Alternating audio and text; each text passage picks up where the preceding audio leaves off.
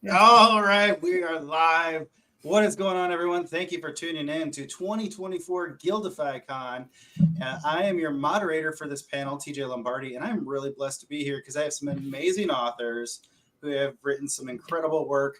This panel, for those of you who don't know, is OP Items. The magical item creation and distribution, how to balance out great loot with great storytelling. So, before we get started, let's go around the room and let's have our authors introduce themselves. And we will start out to my that way. All right. Hi, I'm Ryan Maxwell, author of Grand System Bending. All three books are up on Royal Road right now. It's a post-apocalyptic story where when the system takes over, the administrators noticed that people had a real fascination with vending machines. So they created the vending machines to be miniature storefronts and the access for all survivability gear. Money becomes useless, so everybody's got to buy their stuff from that now. And then a group of friends has to survive with their life being turned upside down. And there's several big events that happen over those three books that you'd definitely going to have to go check it out to read. Also have a second story, Dungeon Grand Prix, which has just started now. Chapter 3 dropped today on Royal Road. It's a dungeon core story where instead of the traditional dungeon style, the dungeon core is creating a Mario Kart style race through the dungeon with lots of deadly traps and monsters and minions trying to kill the adventurers as they go through. So go check those out now. Awesome. Now let's keep going over that way to Jay. I'm Jay. I write 2 different series, Siphon, A Touch of Power is the actual series name, and then Lotus Lake, which the actual series name is Rise of the Mystic Mage. So I'm good at there. I just always use the first book names for my series. I don't know why. Because that's what people know. So yeah, I write those BRMMO and Portal Fantasy Isekai. So I'm just going to stop there. Like, I'm writing book 5 of Siphon right now. So that's where I'm at. Nice. Awesome. Now we'll go down to Mr. Head, who's already working on his next OP item with 550 cord. Yeah, that's right. Yes, I've got it's a quick release little donut of 550 cord. It's a lot better whenever it's like this than it is jumbled up like this. Oh, why is it like that? Because when you're not looking, cords and rope and anything that is rope like, you need to be better at cord management. When you're not watching, it all has sex with each other, and this is what happens. All right, that's what happens. Manage your cords. Come on. That cord was not planned for. That's what you're saying. Yeah, exactly. It's going to end up with pregnant paracord.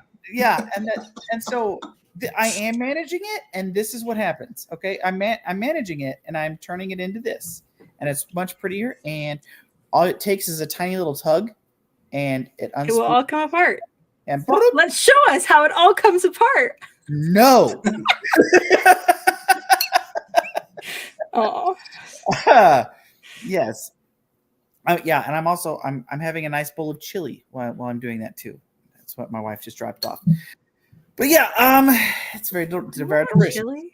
Yeah, it's amazing. But my name is Michael Head. I write the Threads of Fate series and the Wandering Warrior series. They're pretty good books. I'm partial to them because I wrote them a little bit. Yeah, I did. Jay is right. I started that thing like 2 panels ago. Not me, Jay. Other JB. Yes. Yeah. Yeah. Yeah. It's been on a couple panels here now today. It's been quite the day for me. My hands are sore. That's why I was wearing these gloves that TJ, when we were first in the chat, he's like, "What kind of dominatrix weirdo stuff you get, like ropes and gloves?" And geez, Michael, what are you into? And I'm like, what? I don't know what you're talking about. That's a different type of OP story that you're writing there. Yeah, like it's Friday. It's Friday night, not Saturday night. TJ, you know how this thing works. Mm-hmm. Saturday night in the barracks. What could go wrong? It's only Friday. Yeah. Is it Friday? Is it Thursday? Yeah. All right. It's Friday. Well, let's move on to our last panelist, the individual who is full of life and vibrancy, much more than her camera alludes to, the one and only Shammy Stoll. I'm actually coming at you from the 1920s, so whoa.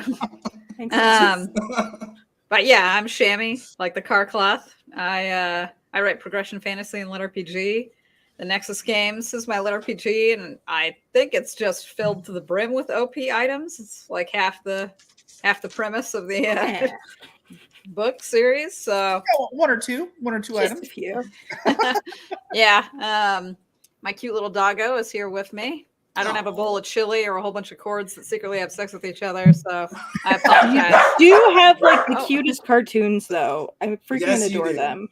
Oh, I do love drawing those little comics. Those are very fun. Mhm. Awesome. All right. So to kick this thing off, I've got our first question here. What has been your favorite OP item or element that you've created in one of your stories? But what was your biggest concern once you introduced it to your reader? And so actually, let's go ahead and start with Jay on this one. Okay, that's really easy for me because the entire Mystic Mage series was built around the premise of this item that I dreamed up. And it's her ring that it does flat damage and it can eat other items. So the biggest thing is it can eat each item once, but it's a video game. And so like you get a lot of trash items that you can just throw in. And so my biggest thing was like, okay, is this going to be so broken? Because if I did just like if I built a guild around like everybody's feeding her one item of all of these low level items, and so it just becomes like super overpowered beyond control, and there would just be no controlling it, to be fair.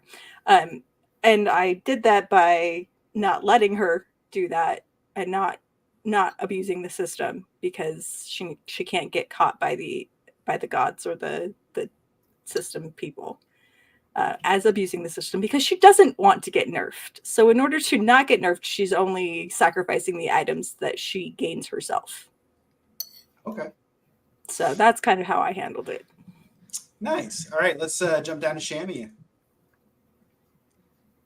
I guess my favorite item was the sword, because of course it is. Who doesn't love the swords, right? In one of my books, I had an APOC dragon, like a dragon that's supposed to represent the apocalypse, the end of time. But it was dead, and this guy uses its bones to forge its sword. And so the sword can't make contact with magic, and I mean that in that it just cuts through magic as though it's not there. So magical creatures, magical objects, magical metal, it cuts through it as though there is no resistance. So kind of like old school lightsaber type of thing, but only to magic. So if it's a normal human being or if it's normal metal or something like that, the sword reacts exactly as though a sword of whatever sharpness it was. And I really liked it. I named it Retribution. I thought that was, the rule of cool naming. It's a rule of cool sword. It's black because fuck you. It's just cool. You know what I'm saying? Like everything about it is just Black bones. We have black bones. Yeah, because it's an apocalypse dragon. Everything about it was basically black. Right. And so again, it's just the rule of cool. I'm sorry, deep in my core, I'm an edgy 13-year-old that just never grew up. And that's just what I want to see. That's my favorite one. I've made tons, but that's probably my favorite. Well, I'm glad you explained that, because at first when you're like, it can only affect magic, I'm thinking of like the Pirates of the Caribbean, where he's like stabbing the pirate and the pirate can't die. So it's just like, what is going on? Like, oh, okay, that makes sense. So can it stab people normally though? Yeah, it works as a normal sword. It's just against magic, it is ultra effective. Okay. All right, Ryan, let's jump up to you so Michael can still eat his chili. Probably the Goblin Slayer 2.0 is what I've called it. It is a Chevy Tahoe that has gained the ability to be upgraded by gaining experience points from running over monsters. So the characters in the book ended up just plowing over a bunch of goblins in their way, and when they remembered to inspect the Chevy Tahoe to see what kind of stats it had, they noticed that it had gained experience and was now level like 6. So, and then you can purchase upgrades using the item points that come from the leveling up process. So they've added that you can add on things like bulletproof windows, and there's a Gatling gun that you can add on at some point once you've done a bunch of other upgrades, and bigger tires and giant spikes on the front of the bumpers to make it Become a more monster effective. truck, basically. It could, yeah, you could make it into a monster truck eventually. They haven't done that yet, but there's only been so much time in 3 books so far. Yeah. So you can use the points to repair the vehicle as well. Some of the item points. So if it gets damaged or anything like that, they don't have to take it to a mechanic, because in the apocalypse it's kind of hard to find a mechanic. I think the one thing that I was scared most about with that was tracking the experience points for the vehicle. So I did a little bit of the hand wavium thing where you say, they ran over a fuck ton of them, so they have enough points now. And it seems to have worked out quite well, because they definitely run over a lot of goblins. They All even right, get a Michael. skill from running them over called vehicular manslaughter, and you can level up the skill. So Nice. That's awesome. All right, Michael, down to you, sir. All right. Well, for Threads of Fate, my main character has a belt that's got over 3,000 cubic meters of storage space. I think it's cubic meters is what I said, or maybe it's square meters, square feet, something like that of storage space, which that's huge. That's an enormous amount of storage space. That's on a belt, but each little, it's like a studded leather belt that looks like it's trash, so nobody would think that it's a storage item. And each little stud is its own little like portion Space.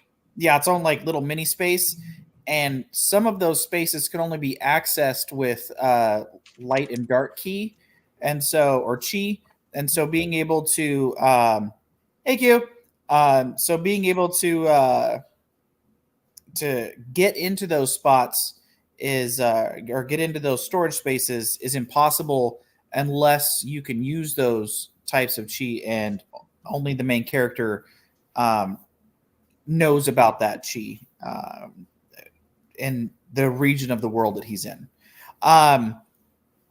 Also, in my other series, Wandering Warrior, he's got this cool wrist gun. Since he's from our world and he's been taken to other worlds, he knows about guns and other people don't.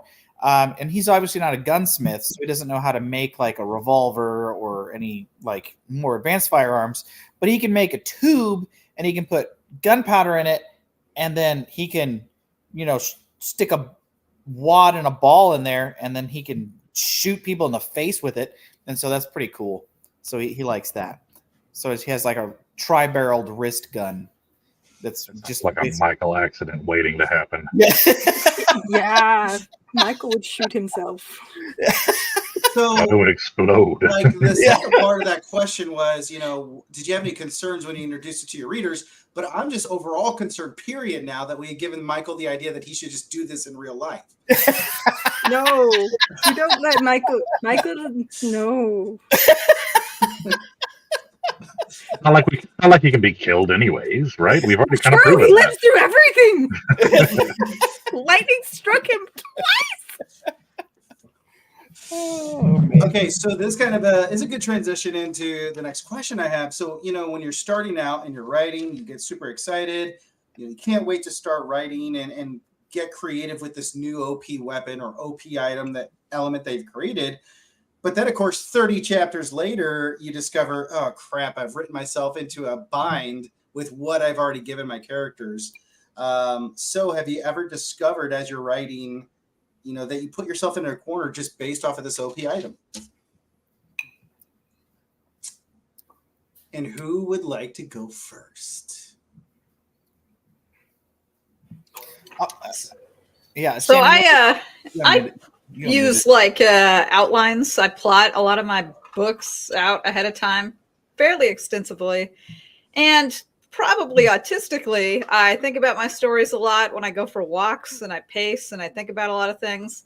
I don't normally write something into the book and then later be like, oh my God, I never should have put this in there. Like that doesn't happen. Sometimes I think of cool ways to use an item I've put in my books that I hadn't thought about previously that change kind of how they work a little bit. But then I just write it into the book itself, where the main character just now thought of a new fun way to use the item that he's always had that he didn't think of until just now. Because that at least happens in real life, you know, like, or even in a video game, if I have an ability to jump to ledges, but then later that I learn I can use it to jump to, the top of boxes, and I didn't fucking know I could do that. Now I'm like, oh shit, I'm going to carry a box with me because now I can just put this box and jump to it. You know, like, that happens. So no, I've never been like, oh shit, I've never should have put this item in there. But I guess I have thought of new ways to use previous items.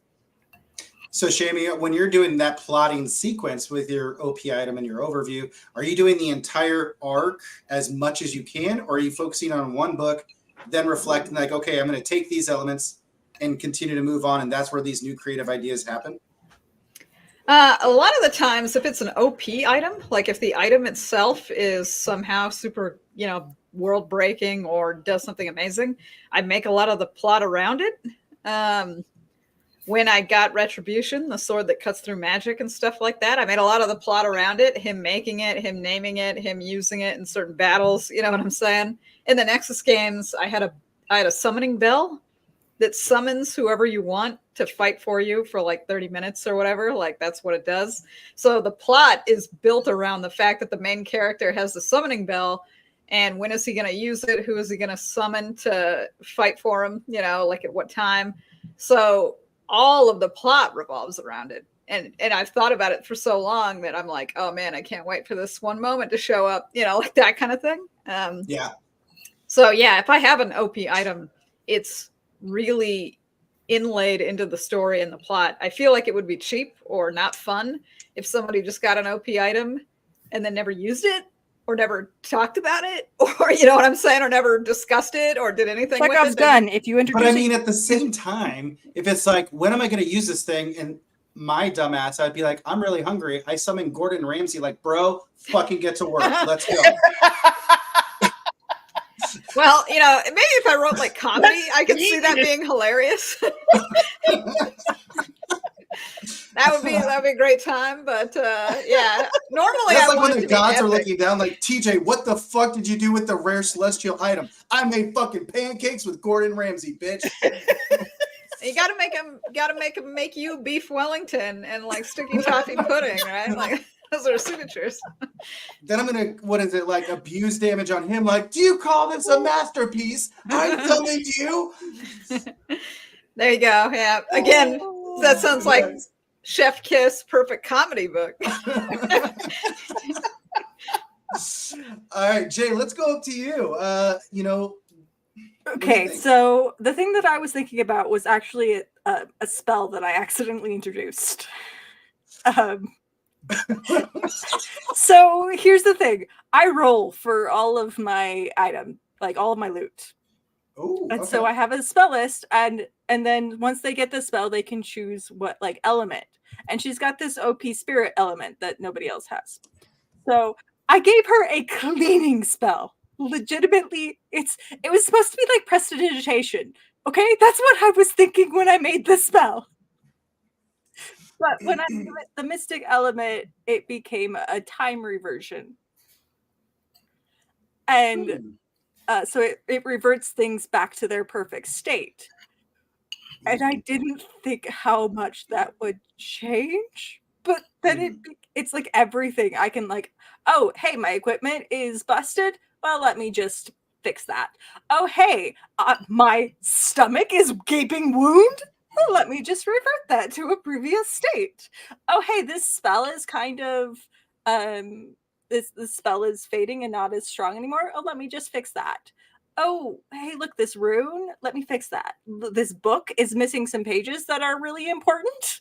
Let me just fix that and read what those important missing pages are. Like, none of these uses were what I was thinking. I was just like, I'm going to clean my boots, so I don't have to wear wet boots in this. No. So then how did you figure out like how to balance it once you were like, oh crap, you know? I didn't. Okay, that's fair. I'm just all and of course all of these uses that she's doing are things that I didn't think about. So obviously I'm discovering them as I go. But it's actually just been really fun to do crazy things with it. So Hell yeah. Nice. All right, Brian, let's go over to you on this one. No, I have not. But I should addendum that with not yet, because that absolutely sounds like something I would do. Is write myself into a corner with an item that I was like, this is so cool, I'm going to put this in there. And then later be like, oh shit, you shouldn't have gotten that because now everybody dies too easy. Or whatever the case is. So I haven't done it yet. I did manage to wait until the third book to give my MC a lightsaber. So that was very, I think, very good self-control on my part. That's a lot. That's a lot of self-control. Yeah. has So he tried to get a lightsaber or got a light gun instead? Okay, Michael, down to you. What's the question again? So when you start out, you're super excited. You've come up with this new OP item or element, and you're starting to write into it. And then all of a sudden, 30 chapters later, you're like, "Oh shit! The OP item I love is now getting me into a corner, and I have to figure out how to get around it." Yeah. So a lot like Shammy was talking about. So I'm not necessarily like I don't plot as hard as she does, but I'm also not like a full pantser like Jay is. So I'm more of a hybrid. Like I have a pretty set out layer of story beats that I hit, and so like I know my beginning, middle, and end, and then some hard points throughout that I want to hit, and a lot of those hard points require me to have certain items to get there. But sometimes, like you said, that like there might be something as I'm writing, like, oh man, I didn't even think like that belt that you can store a whole bunch of crap. Like as I was writing book 2 in Threads of Fate, I was like, why wouldn't my main character steal absolutely everything that is nailed down, that isn't nailed down? Mhm. Like he would, if he had the storage space.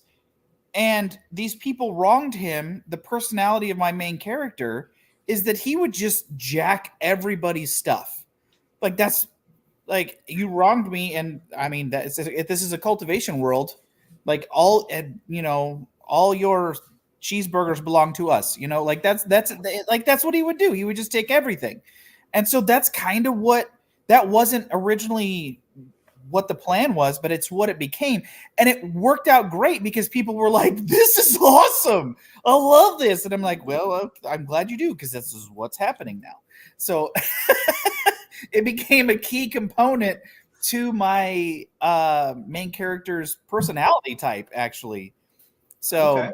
like there's even, I can't remember I was like laughing to myself as I was writing it. I was like, I would love to say that I took everything except for the kitchen sink, but that would be a lie because I figured out how to steal that too. It took the sink too. Well, in my devious mind, I'm like, is there a way the MC could get into the belt and he has someone else take him into an area that he couldn't get access to? Then he pops out, he's like, surprise, bitches. Like, oh, shit. Yeah. Okay, so we do have a question from one of our viewers, from Maria. Do any of your characters, other than the MC, have plans to steal the OP item from the MC? Do you ever have a devious playfulness to create some chaos and havoc? Ryan, let's go up to you. I've never had anybody plan to steal the items, but I have had someone, or have one of the items, in fact, the Goblin Slayer 2.0, the main character lent it to one of the other people in his party to take on a road trip, and they burned it.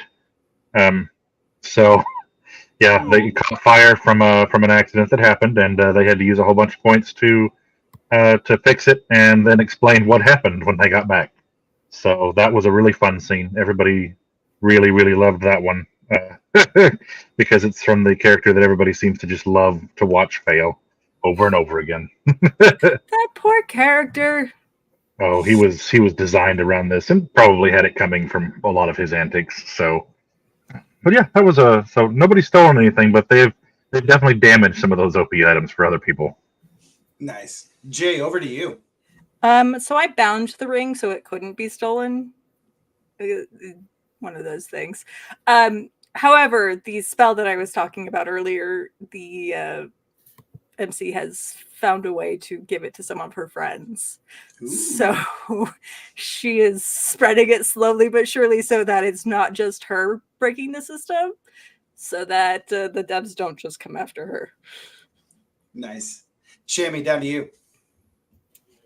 So I had that cool sword I was talking about, Retribution. It was stolen by one of the enemies in a book, but it's a major plot point. You know what I'm saying? Like it's and then later he binds it to himself, so only him and his bloodline can use it as like a response to it got stolen. So I need to make sure people can't steal it in the future. You know, like that kind of thing. Mine, only mine.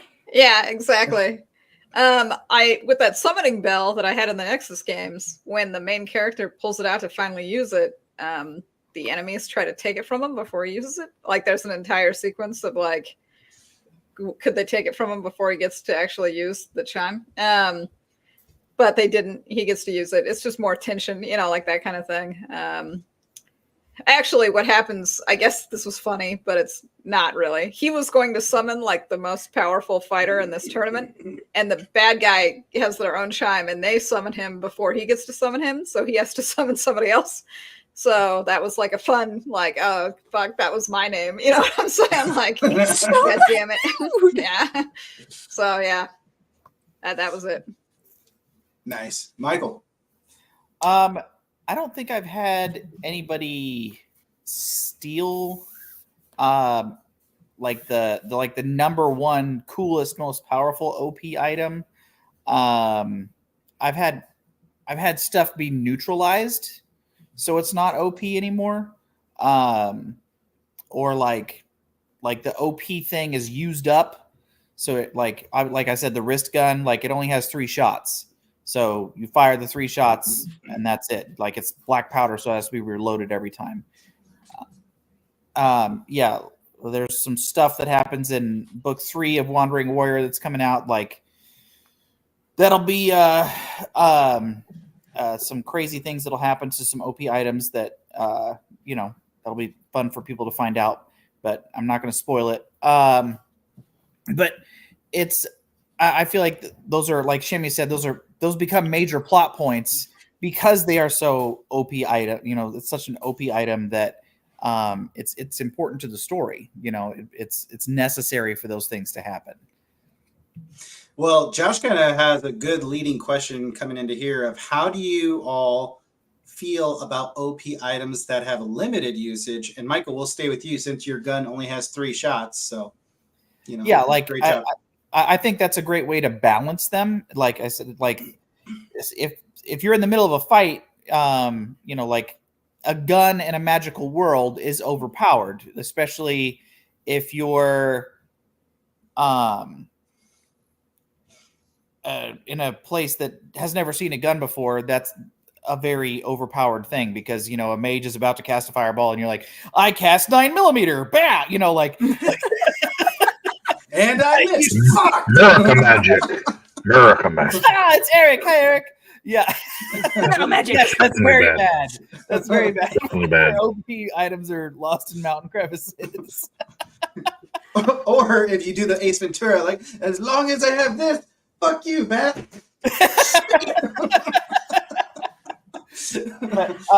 But yeah, so like that the wrist gun is a very powerful item that my main character has, but it balances out that he only has those 3 shots, so he has to be very intelligent about how he uses those 3 shots.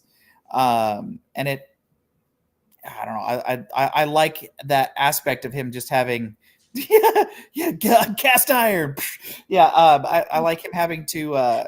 It adds another layer of that OP itemness. You know what I mean? Like whenever you make it a limited use item, whether it's even if it's rechargeable or reloadable, like he can use it again in the next fight, but it's not usable again in this fight. So he has to be smart every time he goes through each engagement with it. And I think that's just a fun, it adds a fun layer to each engagement. Nice. Ryan, let's go up to you. Yeah, I'm a really big fan of limited use OP items. I've done it a couple times with some things, and then with some like OP spells, I put some like massively inhibitive cooldown times on them so that they can't just continuously spam this thing. Once every 24 hours you can use this spell is not going to get you out of as many jams as you probably get yourself into during the apocalypse. So yeah, I really like doing that with some of those items. Make them need a recharge or only have so much energy, or you have to put more power and mana into it, and it takes more mana than your character has at the time to fully power it up. Those kind of things to limit that out. It's a nice way to balance that out. I agree with Michael on some of those things. Nice. Shammy? I'm a big fan of like tension and Kristen doing tension in a cool scene. And having a limited use item makes that really easy, because if I have a summoning chime that only works this one time and we can only use it to summon one guy for the 30 minutes, like when you use it is really plot pivotal at that point. It also does remind me of video games. There are the people who like hoard every item that they ever get in their inventory.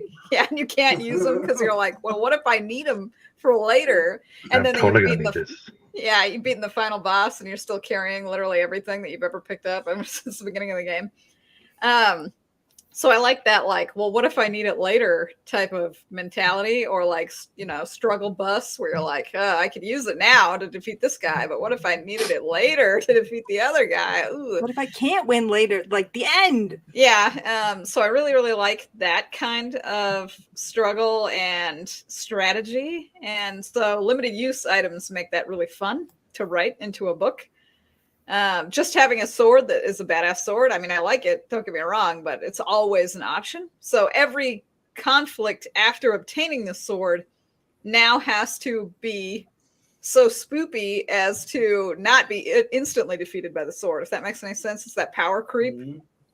Because if it can be defeated by the sword instantly, what's the point of this encounter anymore? We've lost all tension.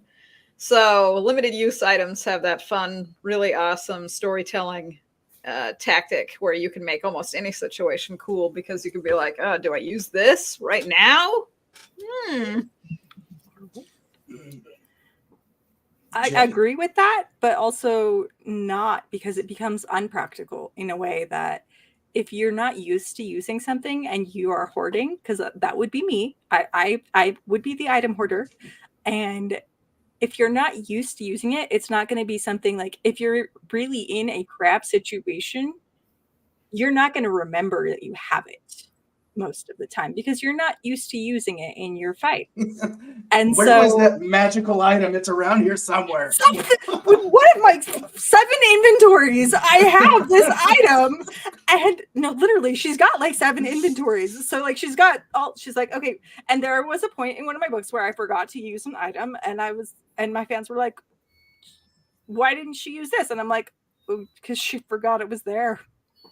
She overlooked that it was there. And so like, that's one of those things, is like, if you've got those items, unless you're carrying it on your wrist and oh hey, yeah, I could shoot my gun at this person, most of the time you're gonna not think that you're gonna be like, oh, should I use this? Or you're gonna think, okay, I don't even remember that I have it, and you forget to use it because it's not a common thing. So usually those for me are used in situations where it's like, okay, I am really planning out this fight and they have to be used in tactical ways. And so that's where I enjoy them, is that it becomes the tactical usage that I really like. Okay. So Q, who is one of our moderators, had a really interesting question. Have any of you ever created an OP item specifically to just get destroyed so that it would make a character stronger? No, Jay. Okay. We made some consumables that were like bonus attribute points, but I mean, yeah, I've done that. I don't know if that counts or not. You know what? This is your panel. You can do what you want. I don't think I've ever made an item specifically so that it could be destroyed to make the main character stronger. It's not the One Ring. Yeah, the One Ring.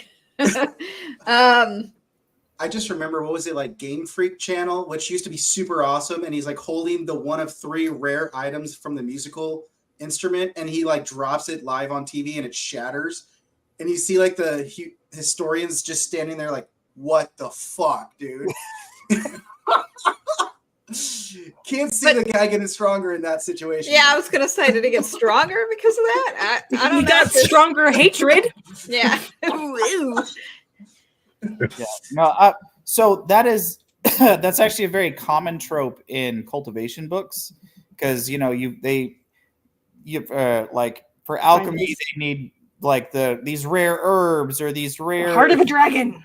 beast cores or whatever that they use in alchemy to make their to increase their cultivation rank or whatever. So I have definitely done that in the Threads of Fate series. And in Wandering Warrior, I literally was just talking about how I'm not going to do spoilers. So I'm not going to say what happens, but there is stuff that happens in book 3 that's going to be coming out really soon. So yeah, I have done that before. I'm just not going to tell you what it is. None for you. Yes, not for you. But yes, yeah, pills is somebody in the chat said pills, and that's a really good example of like alchemy and stuff that always has sacrificials. Yes, but yeah, definitely have done that kind of stuff. Nice. Okay.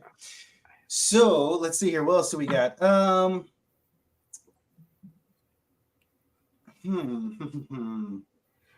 Have you ever considered an OP item that you wanted to introduce, but you were afraid to? Oh, for sure. Okay, Ryan, I see you nodding. Let's go with you on this. Yeah, I just fucking did it anyways. I gave I gave one of my characters basically what amounts to like Master Chief armor or Warhammer 40K armor that just made him faster, stronger, better, and had like a computer digitalized interface in the helmet.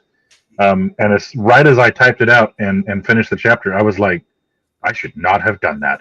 And and then I was like, well, it's already in there. Just go with it. So yeah, I have definitely done that before where I'm like, I'm going to need to tone down maybe where he uses this because it could come back to bite me in the ass later on. But then I just made all the monsters bigger and it kind of worked out in the end anyways.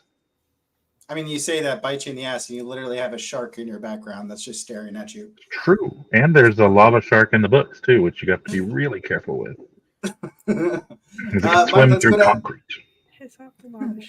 Mike, let's go down to you because I saw you nod your head as well. So initially, whenever I was so Wandering Warrior was a fever dream.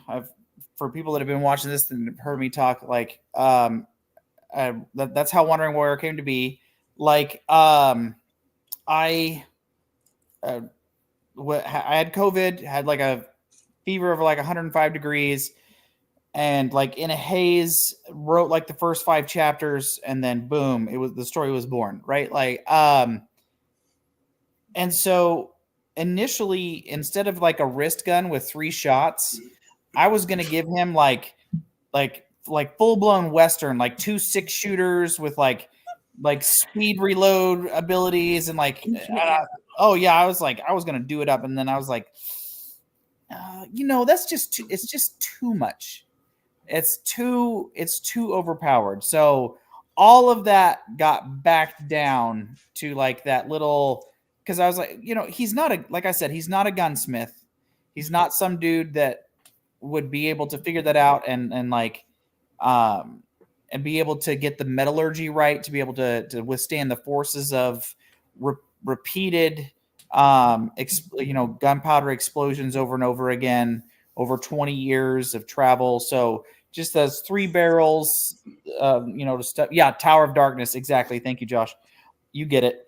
So like, I didn't want to get too in that. I didn't want to ride that line too close. But so that little tri-barrel wrist gun thing, I was like, that's OP enough. I'll just ride with that. Okay. Jay, anything that you've created that you've actually been afraid to introduce?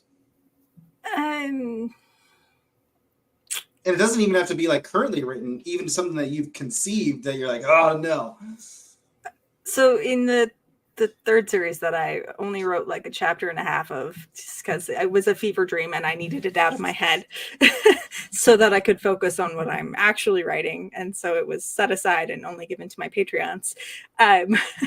It's a cardpocalypse type of book, and I've always liked being, so it's the perfect looting, and then I stole it from a manga, and it's so overpowered, and I'm like, I love it, but it is ridiculously overpowered to just get the perfect loot from whatever you are looting. And so I'm like, oh, I love it. I do. I love the idea of it, because I'm not afraid of having that, because I was reading a book on Royal Road recently, which was basically a Stardew Valley knockoff, but I love it because they do all of the hacks that I actually use in Stardew Valley.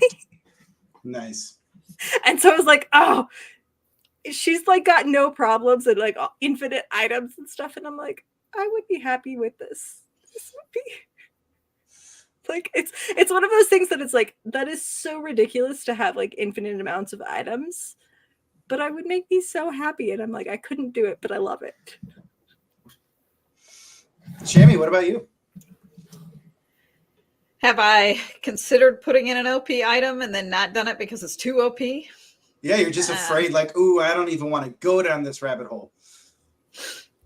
I guess a lot of the times I want like a really fun story. Having infinite amount of items in a video game, I guess, would make the video game like really cozy, but it would also make it like really boring. Like I would get bored pretty quick. I feel like that's how a lot of stories would get if the main character just always had a solution to literally all problems all the time, no matter what. So I guess it really depends on the story. I don't think I've ever contemplated putting in an OP item that would completely break everything, and then I'm like, nah, I can't do that. I really have a philosophy where I'm guided by the rule of cool. I just want it to be cool. It starts to lose its luster if it's so powerful it literally solves everything, because, like I said, then it just gets boring. That's very fair. All right. So, I know that sometimes Shammy's also talked about it, like when she's plotting out her stories and she's going through like, okay, this and this and this is going to happen, and for these reasons, there's a lot of times where I've talked to Benjamin Curie about like all power has to have a purpose. Why are you given these powers? What is this? Is this? So how much time do you really spend thinking about that of like, okay, this OP item has to have a purpose, kind of like Shammy said, otherwise it's not cool. How am I going to wield this throughout the story? So normally, how far down the rabbit hole do you go in thinking about this item before you start to put the words on paper and really like kind of conceive what this purpose is going to be? I can talk about that a little bit. I like, even though I am completely a pantser, I usually do have some idea of where I'm going, but before anything else, I build the bones of the system, and everything must fit within the bones of the system. I don't necessarily have to have the entire system completely built out, which is why I ended up with something like Flawless, which was my cleaning spell that became really overpowered, but it fits within the bounds of my system. And I had all of that built out. I know the end cap, I know the beginning cap and the end cap of my power levels so that I can appropriately pace it. And so anything I do is within those bounds. Okay. Mike, down to you. What was the question again? Of course, Sorry, I was reading Stuart's comment, and it like made my brain. There you were. Put down the bondage cord and pay attention, Michael. Yeah. So all power has a purpose. You know, your OP item, you know, having a purpose. And so how far did you go down that rabbit hole of planning out, here's what this specific purpose is going to be before you really started to dive in? Gotcha. Yeah. So I don't think that anything I've made ever broke the realm of so ridiculous that I needed to worry about that too much. Yeah, exactly, JD. Like, huh? Squirrel? No. Yeah. I just like I said, I don't think I've ever quite. I've never like created a nuclear bomb of overpowered item or spell or weapon. Okay, which take is that strange because you write cultivation. I know, right? Right, yeah. Well, okay. I guess the very beginning of book 1, which was when he destroyed the planet. Right. Yeah, like that kind of was. But but that sets up the purpose for the entire series. That was an accident. Accidentally on I purpose. did kill the planet. Yeah, I accidentally killed the planet and killed everyone. My bad. I need to fix this. That's the premise of Threads of Fate. But no, so like I said, I don't think that I've ever created an item or spell that was so overpowered that I needed to worry about it overtaking the story. I just feel like, you know, you start out chapter 1, like, here's the bad guy. And it's like Goku's spirit bomb. The end of the story. We now have a novella. All right. Yeah. We have a fortune cookie with that kind of a story, Michael. I know, right? Nice. Shammy, what about you? How far do you normally, so, you know, how far do you normally plot out, because you're more of the plotter and planner, before you're like, okay, yep, this is exactly balanced the way I want it to, and now I can dive into the writing? I usually start by thinking about the end. So I was okay. like, man, a summoning chime is cool, but what would the end result of that be? And then I think about like, who would he summon? Where would he summon it at? And then I thought about all that. And then I was like, that's cool. But then where does he get the chime? Does anything happen, you know, when he has it in his possession? Like things like that. I really, really like the ending. That's my favorite part of books in general. I blame Ender's Game because I read that when I was really young. Yeah, and that ending blew my fucking mind. And ever since then, I have read books like practically rushing to the end because I'm like, man, I can't wait to see how this ends. It's going to be amazing. I like the beginning. Oh, it's the ending for me. If the book ends terribly, I don't continue with the series. I'm like, no, I'm upset now and I can't recover from this. So I always try to have like a really cool end. So if I'm going to put a cool OP item in, I want to see it used in, I guess, either the coolest way or maybe the most unexpected way, so that we can get something really fun out of it. So yeah, thinking about the ending first is definitely how I usually contemplate my items when I put them in there. Well, and that kind of allows you to even have more complexity, because I know in the novella I wrote for Thievery, it was all about like a jewel heist of a vault. But I was like, I have to start at the end and work my way so I know where to put all of the things in place that it makes sense when he goes to rob the vault. You have to have the dungeon created before you can rob it. Yeah. Awesome. Ryan, any final thoughts on that stuff?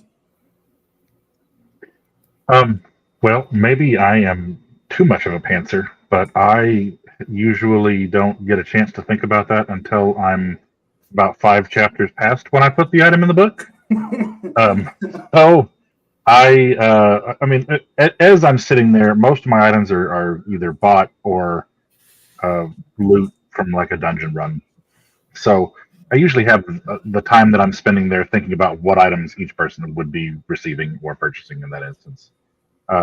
So you know, maybe an hour I'll spend in total on the items that I'm going to give to a full party, and trying to think about the consequences of that. And again, half the time I'll just give them to them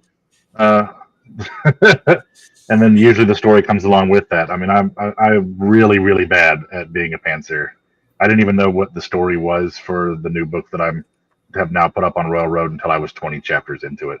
So I was like, I'm just world building, and it all made sense. But I mean, it's just one of those things that I usually go back and fix whatever didn't make sense, or if I come to a point where there is something that I'm going to get written to a corner, which is why I said I haven't done it yet, because I'm bound to do it eventually, because of my pantsing style. It's really strong. The ADHD is very strong with me. Sometimes it's really fun though, because like I had one area where there was a treasure chest, like a treasure room that she wasn't supposed to be able to get to. And because of some random items I had given her earlier, like it worked out perfectly that she could just get in. And I was like, this was not supposed to happen. Like, Yeah, And now there's an even bigger treasure room yes. yeah, that you can't get into. that's one of those. I've described it to somebody that I was talking to before about this when they were talking about my writing, when I was talking about my writing process with somebody, and it's like I really feel like my subconscious and my conscious are two totally separate people who have independent ideas and thoughts. And half the time when I'm writing, it'll like swap between the two, and somehow the subconscious already knew what was going to happen when it gave me the idea for this other thing, and it usually has worked out quite well in there, and I've just blamed it on being the characters, knowing that it was just myself doing those things that I didn't like anyways. But yeah, it's like it's almost precognitive that you have this idea that's coming and ends up working out just perfectly with the items that you had in there, because somehow I thought of that unconsciously. I don't know exactly how to explain it. Okay. So I think probably our final question before we start to wrap up, but it came from Schultz, who asked, any plans to introduce an OP item in your upcoming works? And Grant, I know we don't want to have spoilers, so I'll also add on to that. Do you have plans to introduce an OP item, or what are like top 3 OP items that you wish you had created or that you absolutely love, and the stories that are surrounded them? So Ryan, let's just keep with you. I guess the answer to that is yes. I am definitely going to be. I've technically already introduced one, but nobody knows about it yet. Even the people who have read ahead don't know how I'm going to use this and this thing. I don't want to give away what it is exactly, but I do have something. I'll just say it's a minion. One of the minions that I gave the dungeon is far more OP than anybody ever realized. And it'll definitely have a big role in the way the story plays out towards the end, because for this one I actually did have a storyline that I'm able to follow this time. Nice. Jay, over to you.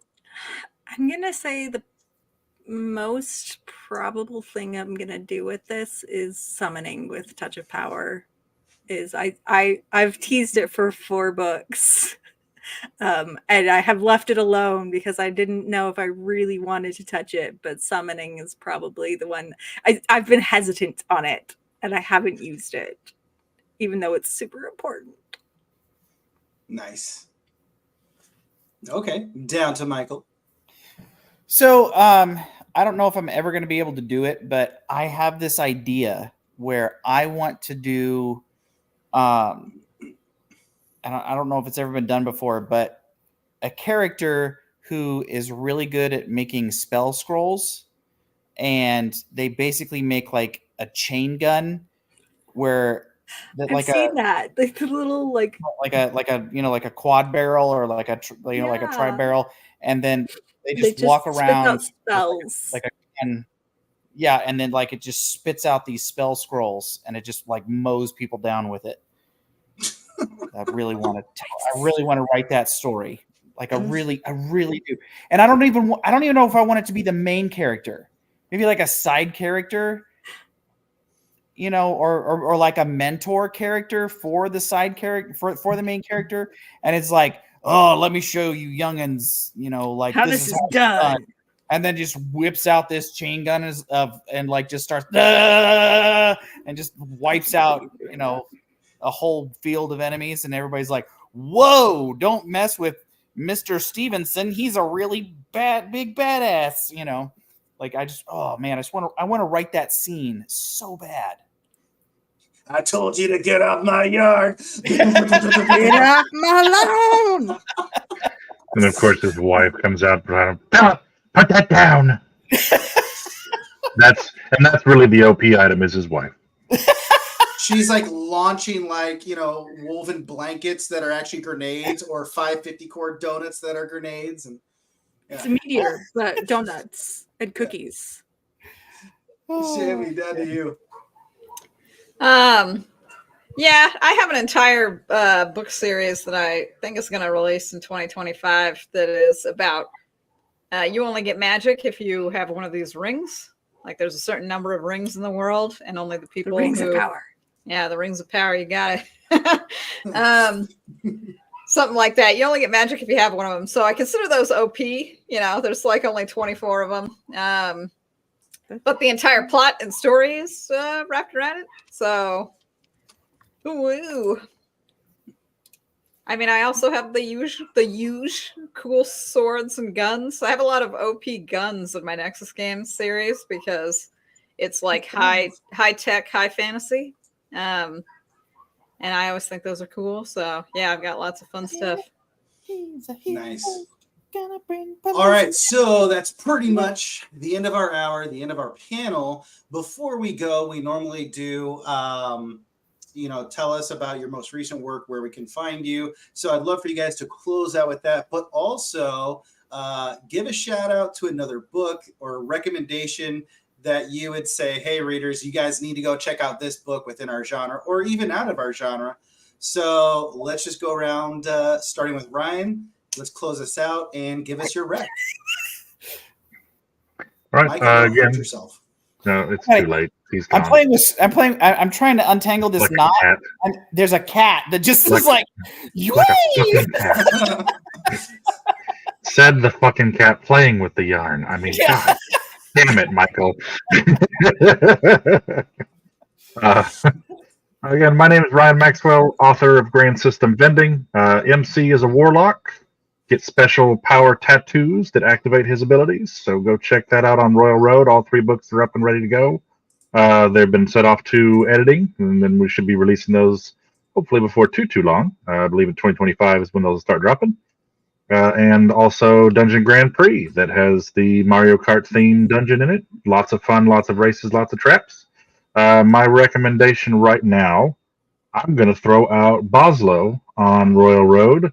One Flew Over the Dragon's Nest. It's an amazing slice of life story set in another world. It's an isekai with a snarky AI assistant. I mean, a lot of people say that's pretty common, but I really like Dave a whole lot.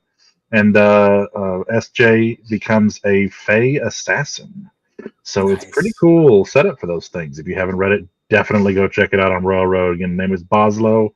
Book is called One Flew Over the Dragon's Nest. Nice. Jay.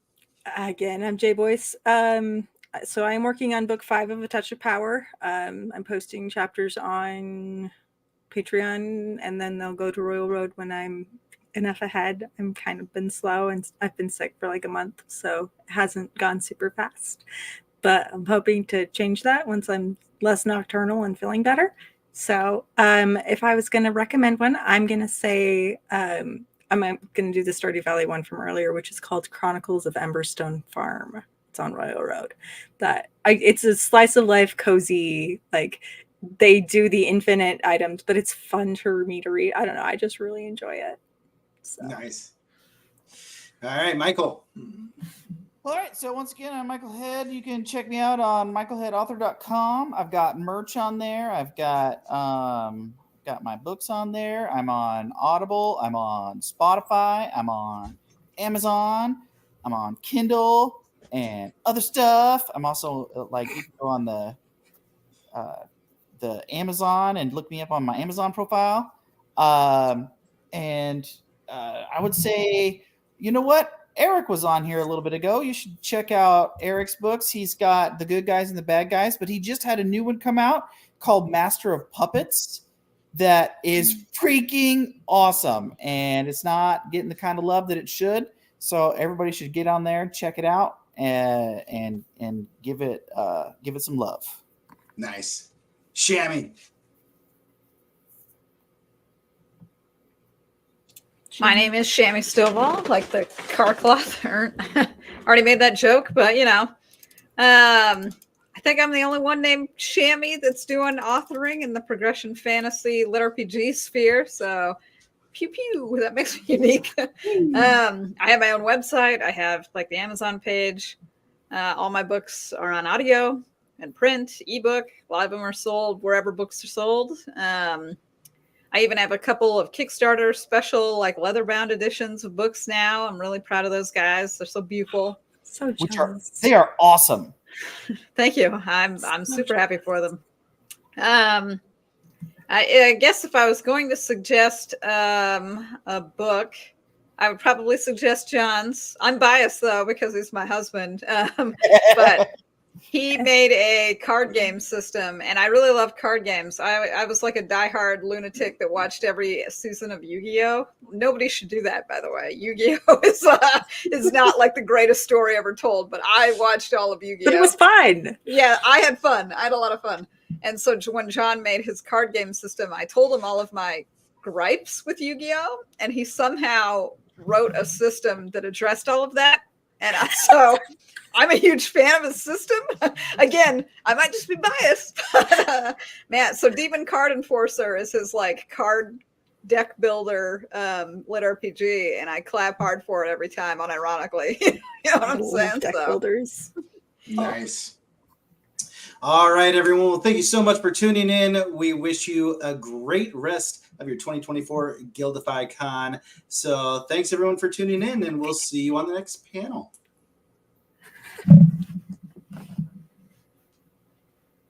Da, da.